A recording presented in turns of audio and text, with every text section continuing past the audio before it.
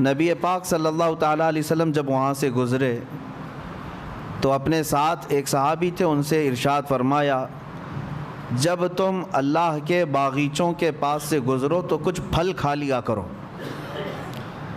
جب تم اللہ کے باغیچوں کے پاس سے گزرو تو کچھ پھل کھا لیا کرو۔ صحابہ اکرام نے عرض کیا یا رسول اللہ، اللہ کے باغیچے کیا ہیں اور پھل کیا ہے؟ نبی پاک صلی اللہ علیہ وسلم نے فرمایا مسجد میں لگی ہوئی یہ محفل اللہ کے باغیچے ہیں، اور جو یہاں سے گزرا یا اس میں شرکت کیا گویا کہ اس نے اللہ کے باغیچوں میں سے پھل کھا لیا۔ اللہ کے ذکر کی مجالس صحابہ اکرام رضوان اللہ تعالیٰ علیہ مجمعین سے لے کر آج تک چلی آ رہی ہیں۔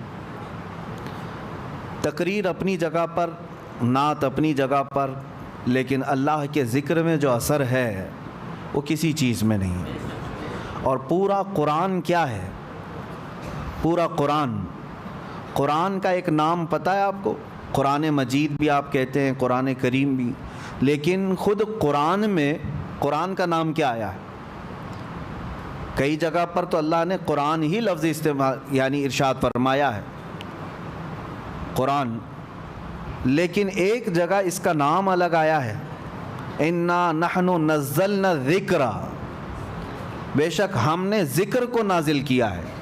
یہاں جو ذکر ہے یہ قرآن کا نام ہے، یعنی پورا قرآن ہی اللہ کا ذکر ہے، اس کو ذکر کے نام سے یاد کیا گیا۔ قرآن پاک کا ایک نام ذکر ہے، وَإِنَّا لَهُ لَحَافِظُونَ، جو قرآن کی حفاظت کے لیے سب سے بڑی آیت ہے۔ اللہ نے جو وعدہ فرمایا ہم نے قرآن کو نازل کیا اور ہم ہی اس کی حفاظت کریں گے، تو یہ جو آیت ہے اس میں قرآن کا نام قرآن نہیں آیا، ذکر آیا ہے، ذکر ہے۔ اور آپ کو میں بتاؤں اس ذکر کا لفظ کتنی جگہ پر قرآن پاک میں آیا، اور قرآن میں ایک بہت ہی اہم تطبیق آپ کو میں بتا دوں، یعنی ریلیشن۔ ایک جگہ قرآن میں یہ فرمایا کہ بے شک ہم نے ذکر نازل فرمایا، ذکر سے مراد یہاں کیا ہے؟ قرآن۔ اور ایک جگہ میں آپ کو بتاتا ہوں، ایک جگہ اللہ تعالیٰ 19ویں پارے کے شروع میں ارشاد فرماتا ہے یا ویلتا لیتنی لم اتخذ فلانا خلیلا لقد اضلنی عن الذکر۔ کچھ لوگ قیامت کے دن چیخ چلا کر کے کہیں گے، یہ پکارتے رہیں گے کاش میں فلاں کی دوستی نہ کیا ہوتا تو اچھا ہوتا، کیونکہ کئی لوگ صرف دوستی کی وجہ سے جہنم میں جا رہے ہوں گے، بری صحبت کی وجہ سے۔ لیکن وہاں پر جو بندہ یہ کہے گا یا ویلتا لیتنی لم اتخذ فلانا خلیلا، فلاں کو میں دوست نہیں بنایا ہوتا تو اچھا ہوتا، تو وہ دوست اس کو کیا کیا تھا ایسا دنیا میں جس کی وجہ سے وہ وہاں واویلا مچا رہا ہے قیامت کے دن؟ اس کے ساتھ کیا ایسا دھوکہ کیا تھا اس نے، دوست نے کیا کیا تھا؟ گمراہ کیا یا کس چیز پر مبتلا کر دیا، جھوٹ پر یا کسی اور گناہ پر؟ نہیں، وہ بندہ خود ہی پکار کر کہہ رہا ہے قیامت کے دن۔ اس کی دوستی سے سب سے بڑا نقصان ہوا کیا؟ وہ کہتا ہے لقد اضلنی عن الذکر، مجھے اس بندے نے ذکر سے روک دیا تھا، ذکر سے روک دیا تھا۔ قیامت کے دن یہ خود جو جہنم میں جا رہا ہے وہ کہے گا کہ مجھے اس نے ذکر سے روک دیا تھا۔ اب مفسرین فرماتے ہیں وہاں کون سا ذکر مراد ہے؟ ایک تو قرآن کا نام ذکر ہے، اور ایک جو قیامت کے دن بندہ کہہ رہا ہے مجھے فلاں کی دوستی نے جہنم تک پہنچانے کا راستہ آسان کر دیا، میں اس کی دوستی نہ کرتا تو اچھا ہوتا۔ کیوں؟ اس لیے کہ اس نے مجھے ذکر سے روکا۔ وہ کون سا ذکر ہے؟ مفسرین فرماتے ہیں وہاں ذکر سے مراد محمد رسول اللہ کی ذات ہے۔ حیرت کی بات نہیں ہے، ایک جگہ پورے قرآن کا نام ذکر ہے اور ایک جگہ میرے آقا کا نام ذکر ہے۔ پتہ یہ چلا کہ قرآن پڑھو تو ذکر الہی ہے، نعت رسول پڑھو تو بھی ذکر الہی۔ اسی کو اعلیٰ حضرت نے کیا فرمایا ہے؟ ذکر خدا جو ان سے جدا چاہو نجدیو، ذکر خدا جو ان سے جدا چاہو نجدیو، واللہ ذکر حق نہیں کنجی سقر کی ہے۔ مطلب کیا ہے؟ سقر جہنم کو کہتے ہیں۔ اگر کوئی یہ کہتا ہے کہ اللہ اللہ اللہ اللہ کہنے کا نام ذکر ہے، اعلیٰ حضرت فرماتے ہیں ذکر حق نہیں۔ اگر تو حضور کو چھوڑ کر کے کرنا چاہے ذکر، یہ ذکر نہیں، کنجی سقر کی ہے، یہ جہنم کی چابی ہے۔ بے ان کے واسطے خدا کچھ عطا کرے؟ ہاشا، غلط غلط، یہ ہوس بے بصر کی ہے۔ اعلیٰ حضرت فرماتے ہیں حضور کو چھوڑ کر تو اگر ذکر کے بارے میں کہتا ہے۔ الحمدللہ ہماری یہ مجالس اسی بات کی امتیازی شان رکھتی ہے کہ چاہے ہم اللہ کے ذکر کی مجلس سجائیں لیکن نعت رسول سے شروع کرتے ہیں۔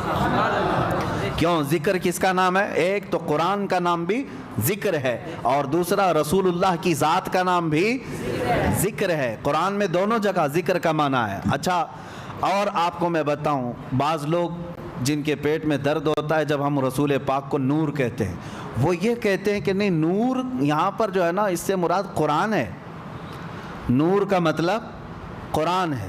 وہ یہ کہتے ہیں نور کا مطلب قرآن ہے۔ جیسے اللہ تبارک و تعالیٰ نے قرآن پاک میں ہی ارشاد فرمایا کہ قد جاءکم من اللہ نور و کتاب مبین۔ حیرت کی بات ہے، پڑھے لکھے لوگ اگر گمراہ ہو جائیں تو تعجب تو ہوتا ہی ہے۔ میں آپ کو بتاتا ہوں ایک مثال۔ آپ کو ایک ہی چیز کو میں دو ناموں پہ اگر بولوں تو آپ کہیں گے یہ زبردستی کیوں بول رہے ہیں آپ؟ مطلب اگر آپ سے میں کہوں کہ میں اپنے سر پر عمامہ باندھا ہوں، ایک چیز ہو گئی۔ پھر کہو نہیں، میں نے کپڑا باندھا ہے، کیا مطلب ہوا اس کا؟ عمامہ کس چیز کا ہوتا ہے؟ کپڑے کا ہی ہے۔ الگ الگ چیز ذکر تو نہیں ہوتی۔ لیکن قرآن جب یہ کہہ رہا ہے قد جاءکم من اللہ نور و کتاب مبین، اس آیت میں صاف ہے، اللہ فرماتا ہے بے شک اللہ کی طرف سے تمہارے پاس نور آیا اور روشن کتاب آئی۔ قرآن کا ہی نام اگر نور ہے تو پھر کتاب مبین کا مطلب کیا ہے؟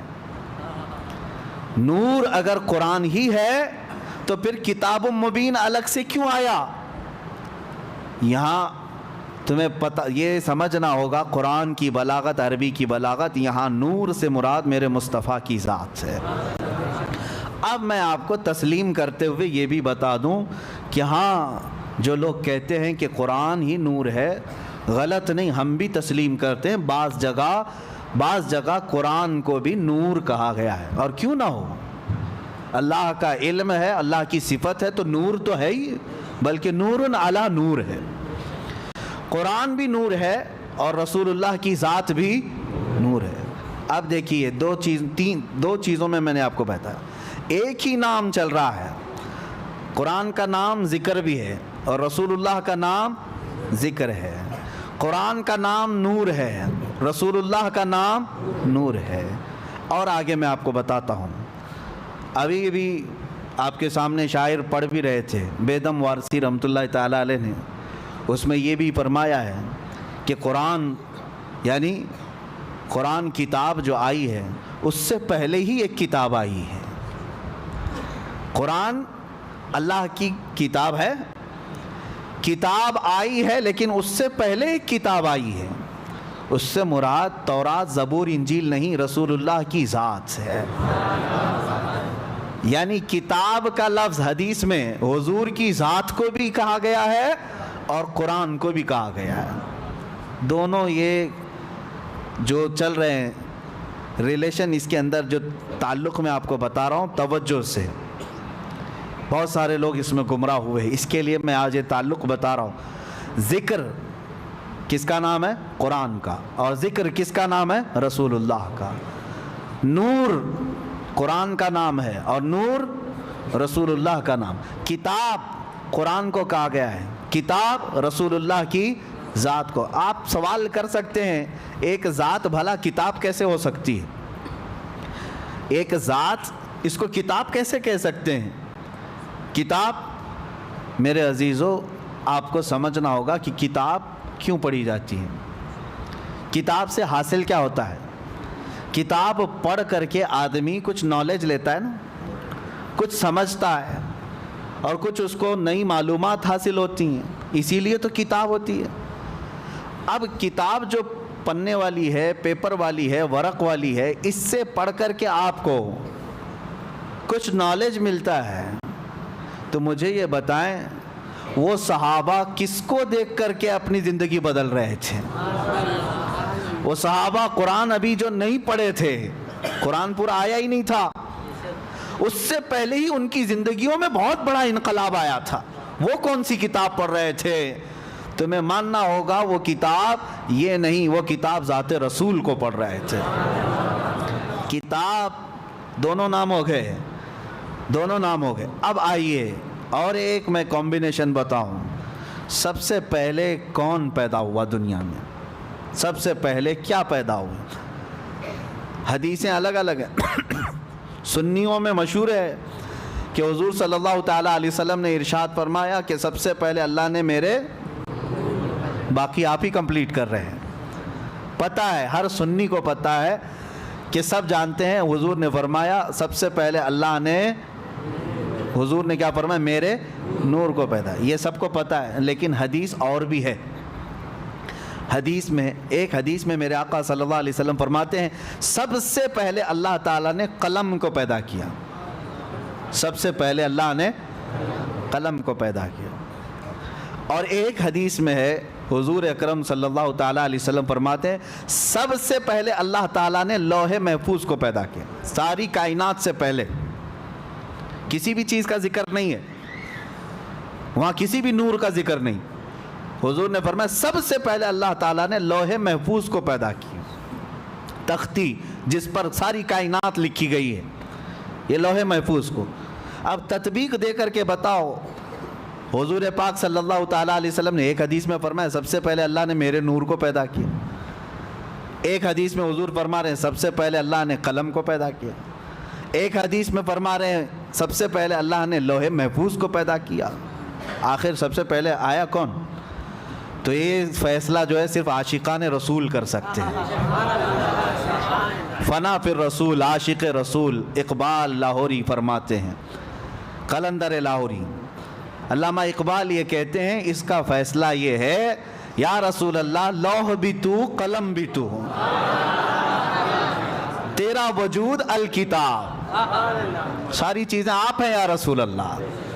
جو حدیث میں حضور نے فرمایا لوح پہلے پیدا ہوا، قلم پہلے پیدا ہوا، کتاب پہلے پیدا ہوئی، اقبال نے کہہ دیا یہ ساری چیزیں نام الگ الگ ہیں، سب کا مراد ایک ہی ہے یا رسول اللہ لوح بھی تو قلم بھی تو، تیرا وجود الکتاب، گنبد آبگینہ رنگ تیرے محیط میں حباب۔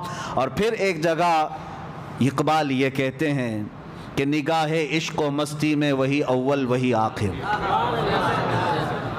ہاں ایک مسئلہ یہ بھی ہے کہ رسول کریم صلی اللہ تعالیٰ علیہ وسلم سب سے پہلے پیدا ہوئے، سب سے پہلے پیدا ہوئے، اور پھر سب سے اخیر میں آئے، سب سے اخیر میں آئے۔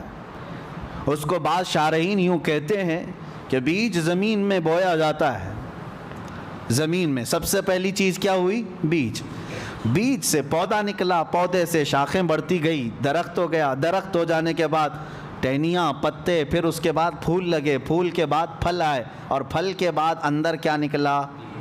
بیج۔ یعنی اس درخت کی آخری چیز وہی بیج ہے جو زمین میں ہم نے بویا تھا، جو زمین میں بیج تھا وہی پکنے کے بعد آخر میں وہی بیج آیا۔ تو اقبال یہ کہتے ہیں نگاہ عشق و مستی میں وہی اول وہی آخر۔ اب جو رسول اللہ صلی اللہ تعالیٰ علیہ وسلم کی حدیثیں ہیں اس میں ایک بات کی طرف میں آپ کو لے کر کے آ رہا ہوں، ذکر کیا ہے، کتاب کیا ہے، نور کیا ہے، لوح کیا ہے، قلم کیا ہے۔ اقبال کہتے ہیں نگاہ عشق و مستی میں وہی اول وہی آخر، وہی قرآن وہی فرقان وہی یاسین وہی طٰہٰ، سب ذات رسول اللہ صلی اللہ تعالیٰ علیہ وسلم کی طرف ہے۔ بہرحال میرے عزیزو، ذکر الہی میں اگر نبی پاک صلی اللہ تعالیٰ علیہ وسلم کا ذکر نہ ہو تو پھر وہ ذکر کی مجلس ہی نہیں ہے، ذکر کی مجلس ہی نہیں ہے۔ اور اگر کوئی پہنچا ہوا آدمی دعویٰ کرتا ہے کہ فلاں بہت پہنچے ہوئے ہیں، اللہ والے ہیں، اور ان کے اندر شریعت ہے ہی نہیں، میرے آقا صلی اللہ علیہ وسلم کی محبت ہے ہی نہیں، تو سمجھ لینا کہ وہ کھلا شیطان ہے۔ چاہے وہ تمہارے سامنے شعبدہ بازی کر کے دکھائے، جس کو تم کرامت سمجھتے ہوں گے، آسمان میں اڑ کر کے دکھائے، پانی میں چل کر کے دکھائے، اگر میرے مصطفیٰ کی محبت نہیں تو وہ شیطان ہے، وہ شیطان ہے۔ کیوں؟ اعلیٰ حضرت نے بھی فرمایا بخدا خدا کا یہی ہے در، اللہ تک پہنچنا ہے تو میرے مصطفیٰ کی ذات سے ہی جانا ہوگا، نہیں اور کوئی مفر مقر، جو وہاں سے ہو یہیں آ کے ہو، جو یہاں نہیں تو وہاں نہیں۔ حضور پاک صلی اللہ تعالیٰ علیہ وسلم کی طرف ہم سب کو چلنا ہے۔ عزیزان گرامی وقار، میں تقریر کی غرض سے نہیں بیٹھا، مجلس ذکر ہماری قائم کرنی ہے، اس سے پہلے دلوں کو گرم ہونا بھی ضروری ہے، اور ہمیں پتہ ہے سنیوں کے دل گرم ہوتے ہیں تو نام مصطفیٰ سے ہوتے ہیں، اور جب تڑپ پیدا ہو جائے میرے مصطفیٰ کی محبت کی تو دل جب کھل جاتا ہے اور اللہ کے ذکر کی برکتیں اس میں اترنے لگتی ہیں۔ جو بند دل ہیں یا زنگ آلود ہیں اس کو چھانٹنے کے لیے میرے مصطفیٰ کا ذکر کافی ہے۔ جس کے سینے میں محبت مصطفیٰ ہو وہ یاد آتے ہی اس کا دل مچلنے لگتا ہے، دل دھڑکنے لگتا ہے، اور جب دل دھڑکنے لگے تو اس گرما گرمی میں ہی اسے سب کچھ دیا جاتا ہے۔ آپ کو پتہ ہے بہت ساری چیزیں نقش کرنے کے لیے تپانا پڑتا ہے، ہاں سونے کو نقش کرنے کے لیے پہلے آگ میں تپایا جاتا ہے، جب وہ گرم ہو جائے تو چھوٹی سی ہتھوڑی سے اس پر اچھا خاصا نقش بن جاتا ہے۔ تو ہمیں پہلے اپنے دل کو تپانا ہے عشق مصطفیٰ میں، پھر ذکر الہی کی ضرب لگاؤ اس دل پر، دیکھنا پھر نقش بنتا چلا جائے گا، نقش بنتا چلا جائے گا۔ لیکن جتنے بھی اذکار ہیں، جتنے بھی ذکر آپ کریں گے بے عشق مصطفیٰ کے کچھ نہیں۔ ہمارے بزرگوں نے فرمایا بہت سارے مدرسے ہیں آج، ہاں حضور کی گستاخی بھی کرتے ہیں اور بخاری بھی پڑھاتے ہیں، حضور پاک صلی اللہ تعالیٰ علیہ وسلم کی توہین بھی چلتی ہے، حضور کو ہلکا جانتے ہیں، کبھی بڑا بھائی، کبھی پیٹھ پیچھے کا علم نہیں، یہ ساری باتیں، لیکن پھر حضور کی حدیثیں بھی پڑھتے ہیں، وہ بخاری بھی یاد ہے ان کو۔ یہ کیا مسئلہ ہے؟ تو ان کے لیے کہا گیا یہ صرف اور صرف اوپر کا مسئلہ ہے، بے عشق مصطفیٰ پڑھتے ہیں جو بخاری۔ ہمارے بزرگوں نے فرمایا بے عشق مصطفیٰ پڑھتے ہیں جو بخاری، آتا ہے بخار ان کو، آتی نہیں بخاری۔ بخاری کا مطلب یہ نہیں ہے کہ انما الاعمال بالنیات پڑھ دیا، کلمتان حبیبتان الی الرحمن حدیث پڑھ دیا۔ بخاری کا مطلب یہ لفظی احادیث پڑھنا نہیں ہے، بخاری کا مطلب یہ ہے، ایک بزرگ کی بات میں بتاتا ہوں، احمد آباد کے رہنے والے تھے غالباً، تو وہ ان کے متعلق مشہور تھا پڑھے لکھے نہیں ہیں، بہت سارے لوگ یہ سمجھتے تھے، وہ جذب کے عالم میں رہتے تھے، پرانے کپڑے، پراگندہ بال، ذکر الہی میں مشغول، ایسا لگتا تھا کہ یہ عام آدمی ہے، دیہاتی آدمی ہے۔ لیکن کچھ لوگوں کو میں آپ کو یہ بتا دوں، شیخ سعدی رحمۃ اللہ علیہ کی ایک بات نصیحت ہے، ہر بیشا گما مبر کے خالیس شاید کے پلنگ خفتہ باشد، ہر جنگل کو خالی مت سمجھ لینا، کسی جنگل میں شیر سویا ہوتا ہے، ہر جنگل کو خالی مت سمجھنا۔ یہ شیخ سعدی رحمۃ اللہ علیہ نے فرمایا ہر انسان کو ایرا غیرا نتھو کھیرا مت سمجھ لینا اس کے ظاہر کو دیکھ کر، ہاں ارادت ہو تو دیکھ ان کو ید بیضا لیے بیٹھے ہیں اپنی آستینوں میں۔ کچھ فقراء، کچھ قلندر ایسے ہوتے ہیں۔ تو یہ درویش جن کے بارے میں بتا رہا ہوں، اللہ والے تھے، ذکر الہی میں رہتے تھے، لیکن مدرسے میں پڑھنے والے طلباء اور کچھ علماء وہ مذاق بھی اڑاتے تھے، لوگ خامخواہ پیچھے چلتے رہتے ہیں اس بوڑھے کے، کیا آتا جاتا تو کچھ ہے نہیں۔ تو ان لوگوں نے سب لوگوں کو الگ الگ ورگلایا بھی۔ ایک دن لوگوں نے کہا نہیں بابا اللہ اور اس کے رسول کا ہی ذکر کرتے ہیں، کہا کچھ نہیں ہے، پڑھے لکھے نہیں ہے وہ۔ تو یہ باتیں بہت پھیل گئی، تو ایک دن اس درویش کے پاس کچھ طلباء آئے، کچھ علماء آئے، کہا کہ بابا جی ہم آپ سے بہت متاثر ہیں، انسپائر ہیں آپ سے بہت زیادہ، اور ہم آپ کی بڑی عزت کرتے ہیں، ہم آپ کو اپنے مدرسے میں مہمان بلا کر کے لے جا رہے ہیں، آئیے۔ توہین تھی، مدرسے میں لے آئے اور سیدھے مسند پر بٹھا دیے جہاں بخاری شریف پڑھائی جاتی تھی۔ جو شیخ الحدیث بیٹھتے تھے کہا کہ بابا جی بیٹھے، ہم آپ سے فیض اٹھانا چاہتے ہیں، بخاری شریف پڑھائیں۔ وہ ڈھکوسلے پیر نہیں تھے جو لوگوں کے چورے پر اپنی زندگی گزارتے ہوں، وہ فنا فی اللہ تھے۔ یہ اور بات ہے کہ ظاہراً ان کے خد و خال غریبوں سے نظر آتے تھے بیٹھے. کہا کہ بیٹا میری یہ مجال نہیں ہے, یہ میرا میدان نہیں ہے, مجھے اس سے دور رکھو. انہوں نے کہا نہیں, بڑا چرچا آپ کا ہے, آج آپ کو بخاری پڑھانا ہی, بخاری پڑھانی ہے. بہت ضد کیا, اصرار کیا, تو انہوں نے بخاری شریف کھول دی. سارے طلباء بھی تھے, علماء بھی تھے, بڑے بڑے علماء بیٹھے ہوئے تھے.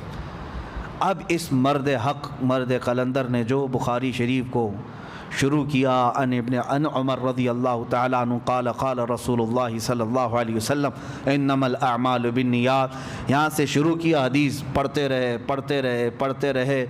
بخاری شریف کی حدیثیں ایک جلد, دو جلد, تقریباً کئی ہزار حدیثیں ہیں.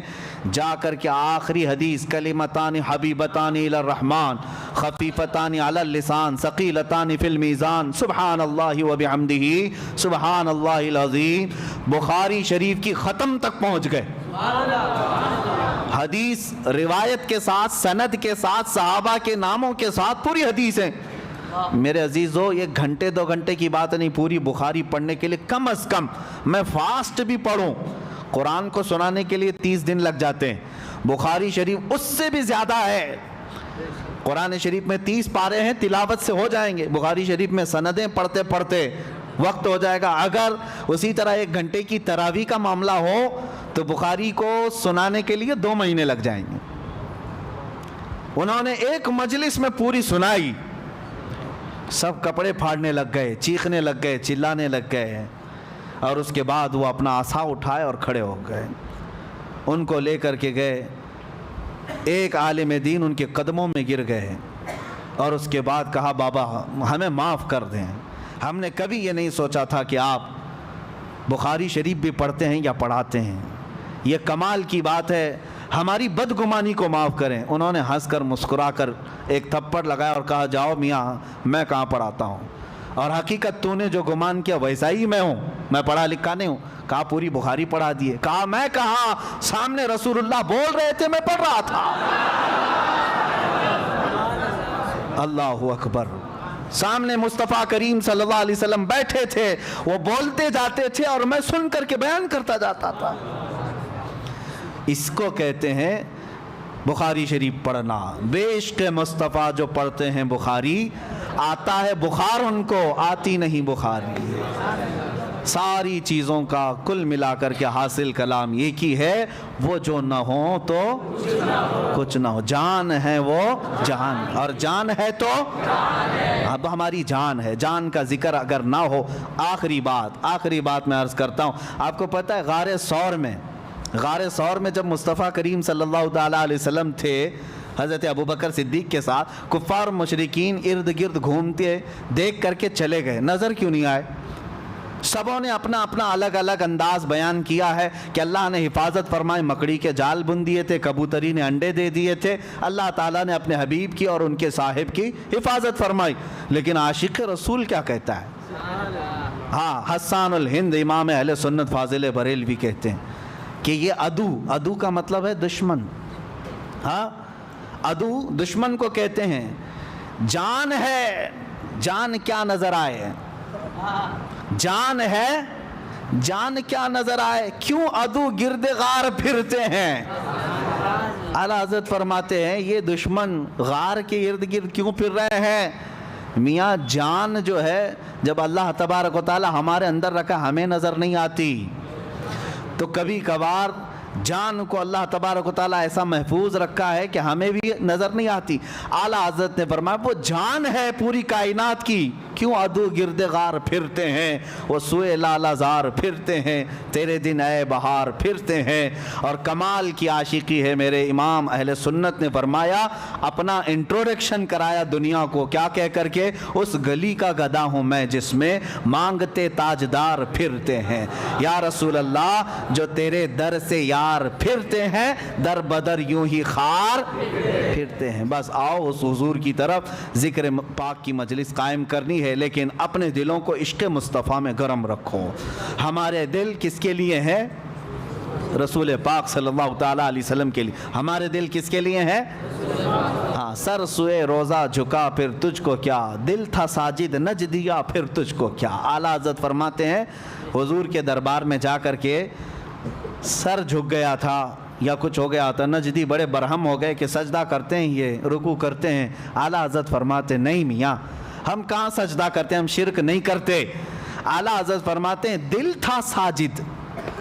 ساجد کس کو کہتے ہیں؟ سجدہ کرنے والے کو. دل سجدہ کیا، اور یہ بات پوری شریعت میں لا کر کے دکھا. کیا دل بھی سجدہ نہیں کر سکتا حضور کے لیے؟ ہاں، جو سجدہ حرام ہے، جو سجدہ شرک ہے، وہ پیشانی کا سجدہ. پیشانی کا سجدہ حرام ہے، سوائے اللہ کے کسی کو نہیں کر سکتے، اور عبادت کا ہو تو شرک ہے. لیکن دل اگر سجدے میں چلا جاتا ہے، دل جھکا ہے، تو اس کو پیشانی جھکانے کی ضرورت نہیں. اگر رسول اللہ کی بارگاہ میں دل جھکا ہے، اعلیٰ حضرت فرماتے ہیں دل تھا ساجد نج دیا پھر تجھ کو کیا. اور مفتی اعظم ہند رضی اللہ تعالیٰ عنہ یوں فرماتے ہیں لوگوں تم صرف ہمارے ظاہر کو دیکھتے ہو، ادھر جھک گئے ادھر جھک گئے. حقیقت میں ہم سجدے کے لیے نہیں جھکتے ہیں، سجدے کے لیے نہیں جھکتے ہیں. سنگے در جانا پر کرتا ہوں جبیں سائی. جبیں سائی کس کو کہتے ہیں؟ سر جھکا دینے کو. ہاں، میرے مصطفیٰ کے دربار پر سر جھک جاتا ہے، اس کا مطلب سجدے کے لیے نہیں. سنگے در جانا پر کرتا ہوں جبیں سائی، سجدہ نہ سمجھ نجدی سر دیتا ہوں نذرانہ. سجدہ نہ سمجھ نجدی سر دیتا ہوں نذرانہ. اللہ تبارک و تعالی ہمارے سروں کو میرے مصطفیٰ کے قدموں میں قبول فرمائے. دعا یہی ہے کہ مولا کریم جب روح نکلنے کو آئے تو میرے مصطفیٰ کے آستانے پر ہماری حاضری ہو. دعا یہی ہے کہ مولا تبارک و تعالی جب زندگی کا خاتمہ قریب آئے تو میرے مصطفیٰ کی جالیاں قریب ہو جائیں. جنت البقیع میں سونا نصیب ہو، خاک مدینہ نصیب ہو، مدینہ طیبہ کا کفن نصیب ہو. وصلی اللہ تعالی علی خیر خلقی محمد